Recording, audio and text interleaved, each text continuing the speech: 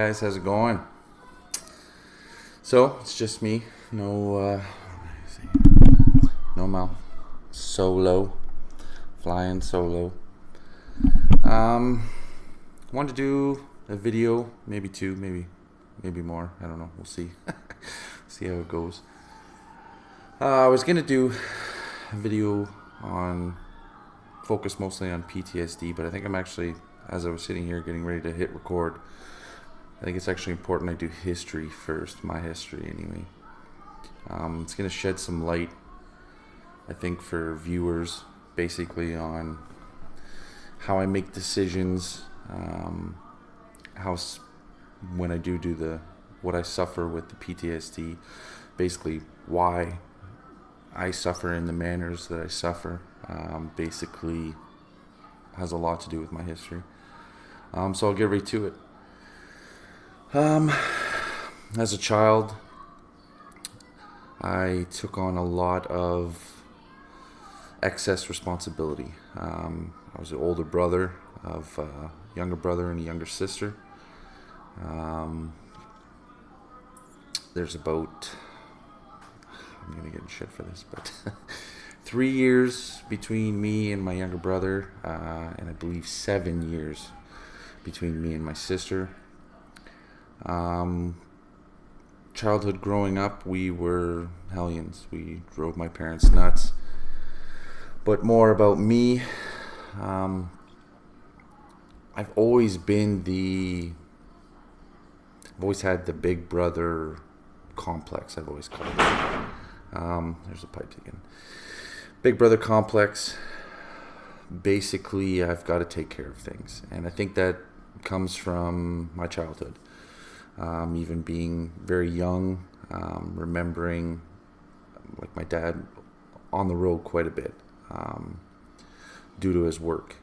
A lot of people consider a career like that an issue for family men. It can be, but it can be done properly. I've had periods of success with it, and I've had periods of failure with it as well. So it's really based on the individual. You can't really blame a career for mistakes or anything like that. That's one thing I've learned.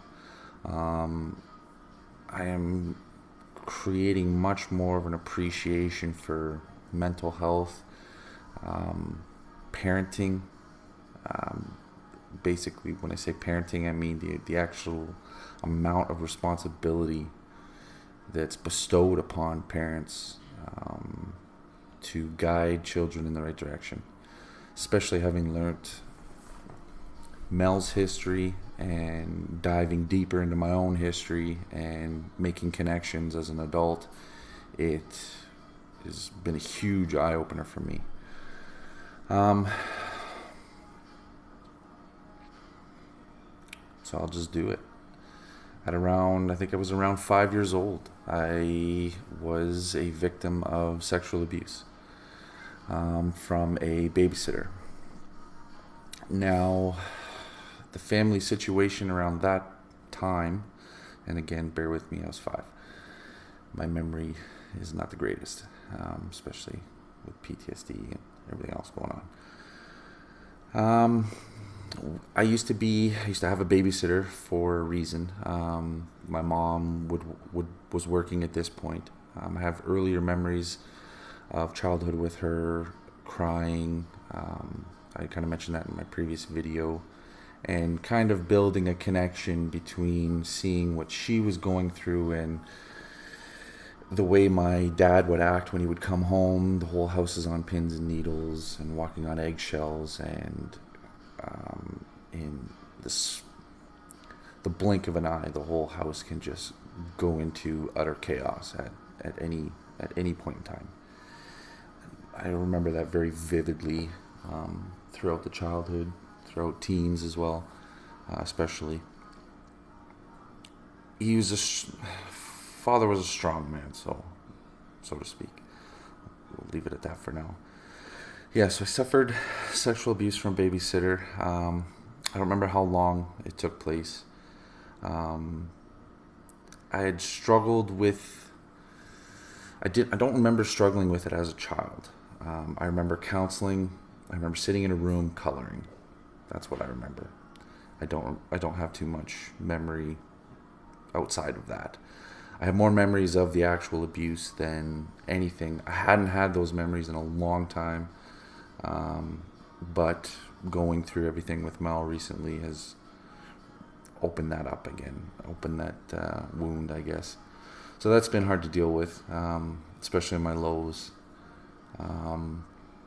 There were things in Mel's initial story that she had told me, or that she delivered to me at the kitchen table, when I saw the first sign of D.I.D, I guess.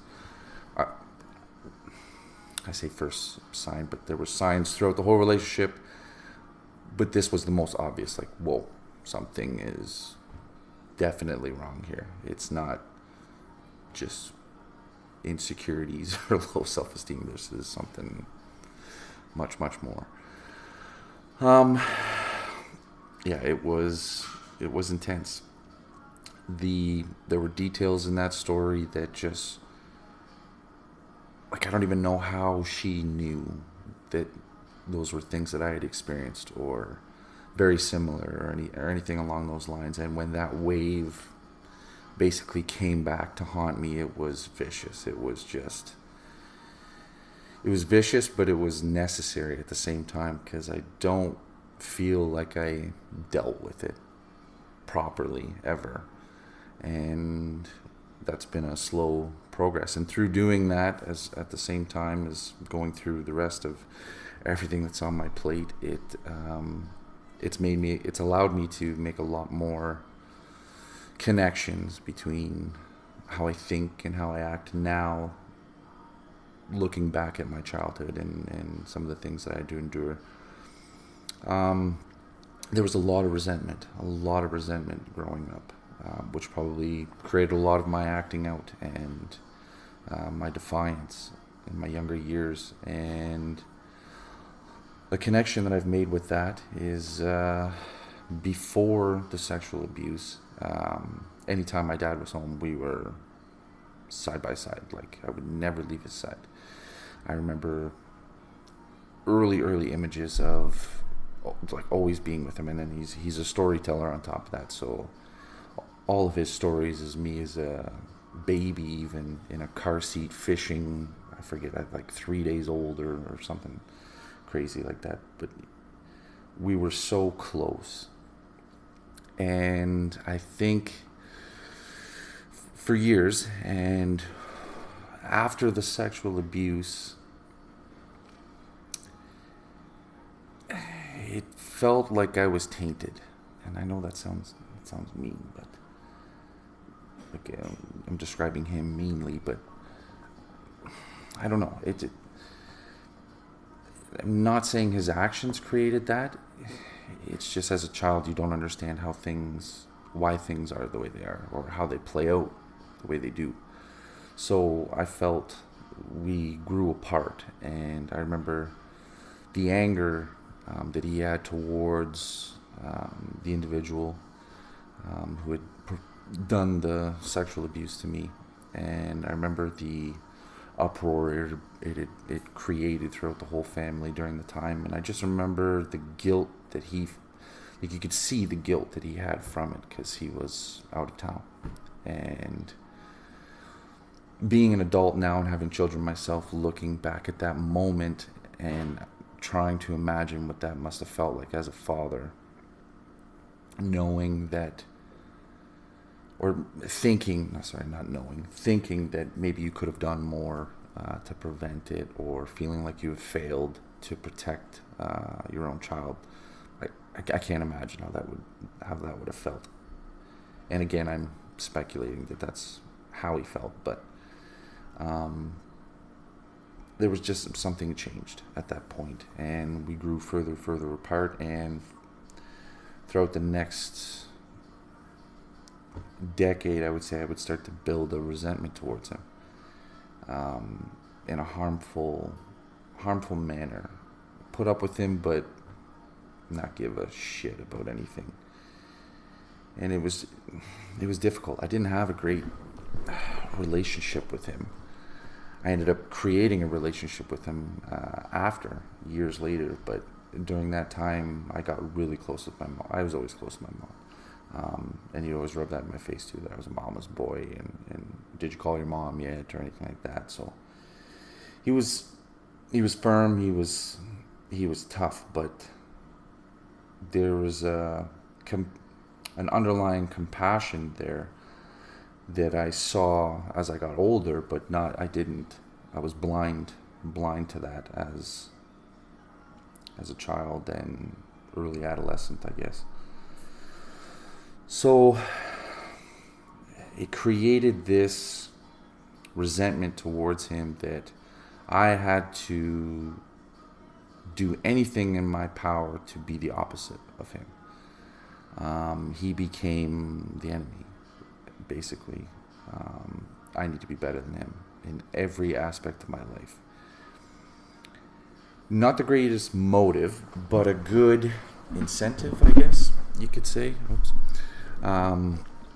It made me driven. It made me fight.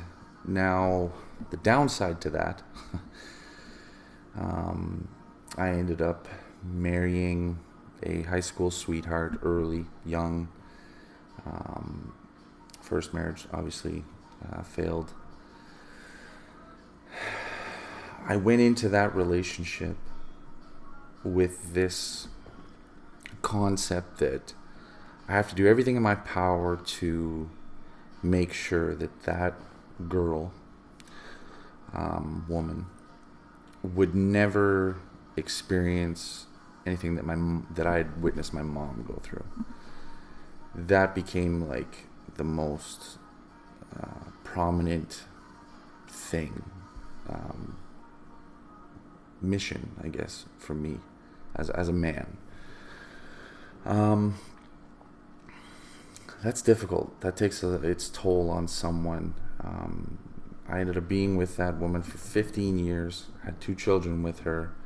I, again, built a resentment towards her due to that concept, because every decision I ever made in that relationship, and for a good chunk of my life, was for her. And to be the opposite of him. I didn't make a lot of decisions or a lot of choices for me. I had low moments of self-worth and things like that at times where I made stupid decisions, but when I was clear-headed and everything and feeling at my best, again, I still wasn't making decisions that were in my best interest. I always put myself in the back seat, relationship-wise, and it's never been a healthy thing, and it's never fared well, because it makes you think in your mind that you are better than what you're actually being, because you're not actually giving yourself what you need. And they're hard pills to swallow, and the people that you're in relationship with absolutely love it because they're completely adored, but in the background your mind is resenting them because you're denying your own existence at times, and that can heavily weigh on a person's mental health. At least it did mine. Back to my childhood. My brother and sister.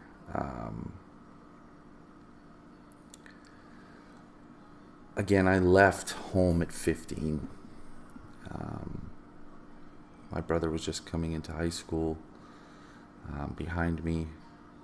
My sister was finishing grade school. I've carried this for a long time. I have carried a massive amount of guilt for leaving them when I did. Our parents had split,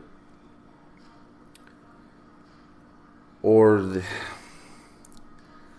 hadn't split yet, but they were on the path. There had been huge blowouts about affairs and all kinds of stuff. We had moved, and things were on the surface looking better, but deep down you knew it wasn't, or at least I had presumed it wasn't going to work. Which after I left, again, everything fell out, and my brother and sister had to endure that without my support. Because when I moved, we were living up north, and where I'd moved to was far, like 15 hours maybe, somewhere around there, 15, 20 hours away.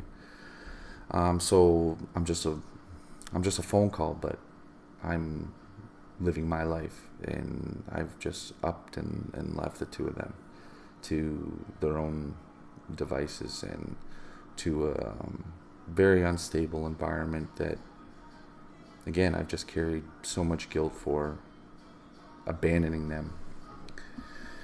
But in my mind at that time, I was doing the best thing for me, which was getting the hell out of there.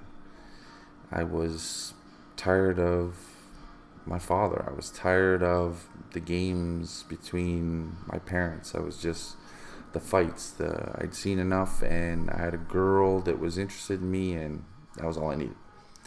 I've got to go prove myself to the world. And I left. And I love my brother and sister dearly, and it's created a lot of problems. I think if you ask them, they wouldn't admit it, but they needed me more than ever, I feel, anyway. And I've struggled with that for a long time. Just leaving them in that environment of a broken family, and being what I experienced outside of that, I can only imagine, which was brutal, being pit against parents and drawn in and played games. And to their defense, they were going through a divorce. It was nobody handles that, or nobody takes that on the chin, and doesn't allow it to affect them. So kudos to them for doing the best that they could do in that time. But as children, it was very difficult for us. Not so much for me, because I bailed from that situation and carry the guilt for leaving my brother and sister in it. Like I said, from the things I had to endure outside of that were bad enough. I can't even imagine how brutal the consequences of being stuck, not having that option of leaving, having to go through that, and especially in those key years, it's hard for me to talk about. I struggle having relationships with them. I try. At times I can, at times they can, but I think that underlying resentment maybe on their part, and it could just be me feeling that, but at the end of the day, it's my guilt that hinders me the most from having those relationships be in better circumstances than what they are now, I guess. And slowly trying to work on that and rebuild, which I've done at times, and then let fall through again. And I just need to keep on that and get better. There was quite a bit of physical abuse growing up as well.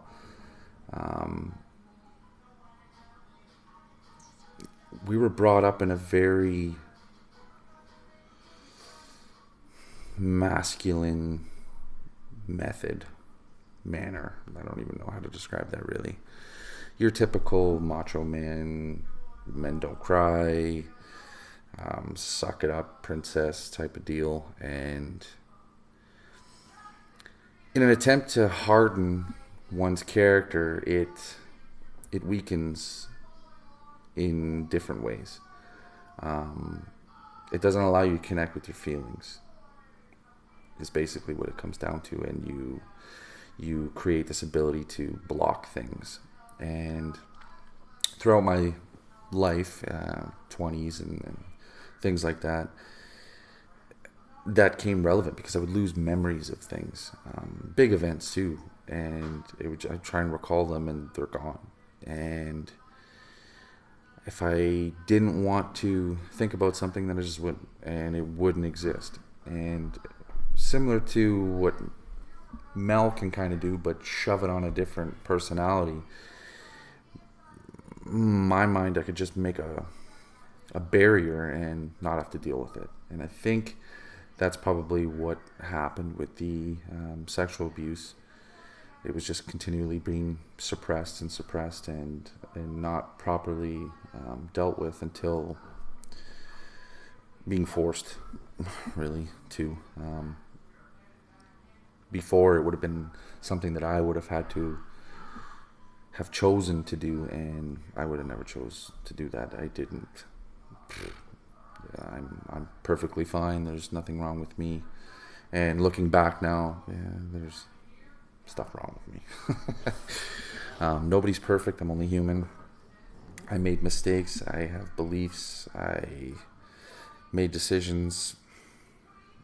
We're all pre-programmed at the end of the day. We're influenced by what we're brought up in. And me and Mel are perfect examples of that.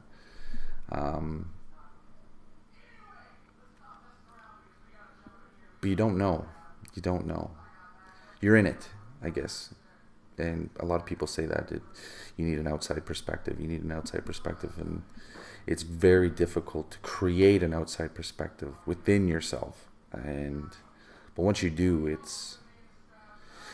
can be very rewarding. At the same time, it can be scary and very, very difficult at times. In my lows, it is fucking impossible almost. I lose all control. I can be furious at the world for allowing myself to end up in the situation that I'm in, and then 2 minutes later I can be bawling as that 5-year-old, reliving that pain, crawled up in the fetal position on my bed with a towel, like it's just, and you're conscious the whole time that this is not who you are, you shouldn't be doing this, but literally just no control. And almost feeling relieved after the fit or the outbreak. And even early on, I've thought to myself, like, when the hell did I notice that I had PTSD? And I didn't think I had it. Even when people were telling me that I had it, I'm like, no, you don't, no. No, I'm just going through all this shit. I got a lot of stuff on my plate. I don't have fucking PTSD. No, I'm a man. I'm strong mentally and everything else. No, I don't suffer from that. That's not an issue for me. And slowly looking back at decision making and everything else, it's like, shit. Yeah, there's a pretty good chance I've got something wrong anyway. So getting back to the childhood history, physical abuse, very abrupt. One of the connections I made through counseling was at times in my life when I think things are going too good, I almost sabotage them, or not so much sabotage them, but expect something bad to happen. I didn't put that connection together myself. It came through with counseling, and it was basically, I was asked a question, well, were there periods in your childhood where you'd be having fun and then it would just instantly stop? due to an event or anything. And after being asked that question, thinking back the amount of memories that happened, playing with my brother or playing with my brother and sister, would be doing something, and then something would happen and all fun would stop. And 9 times out of 10, it was the old man. It was dad coming in. We were doing something that we were breaking a rule, house rule or something, and just boom. Or we'd be on a trip and there'd be one small problem and he'd lose his shit and everybody would just be scared. So as an adult, when you draw that connection and you start reanalyzing your life, childhood and moments like that, it starts to make a lot more sense when you start to analyze your own decision making that you've made, or why did you feel this in that situation, or why did you think that was a good idea at that time. Like I said, it can be very rewarding, but at the same time it can be scary because you don't know. You at the end of the day, you just don't know. I have a lot of bad memories from childhood. I don't want to make it sound like, oh, he had the worst childhood. I really didn't. I didn't have the worst. Everyone has a story. Everyone's got stories to tell, and where mine ends up, it doesn't matter. But how it affected me as an adult in my decision making and how I'm able to deal with what's on my plate now, that's what matters to me. And the message I want to convey to everybody is that it doesn't matter what you've gone through. None of it. It's still a choice, and I've had to make tough choices in my life, but it's still, at the end of the day, your choice who you want to be. Regardless if bad things have happened to you, or regardless of anything, really, at the end of the day, you choose how it affects you. More difficult when you're dealing with mental health issues, I will admit, but still, it's your choice. If you're suffering from the mental health disorders, get the help you need. Seek the help, whether it's medication or therapy or group sessions or whatever is recommended for you. Give it an honest attempt. There's such a stigma towards it. And I'm, like I said, I was guilty of it myself. And to sit here and be able to talk about it is light years from where I was a year ago. Yeah. Without having gone through it and without having realized who I am to a core and why I am the way I am, I wouldn't have believed. You could have sat me in class after class after class, and I don't think I've been programmed for so long to think that I can't be weak. I'm just not capable of being weak. It's just to be programmed that way for so long, and then to have that blown up in your face, it's difficult. It is difficult, but I'm still standing. I'm still here. I've had low moments, very low. I'll talk about those in another episode. Well, I'll deal with those in my PTSD episode, but I just wanted to give you more of my own history of. I don't want to get too involved in specifics or anything else, because it's going to paint people,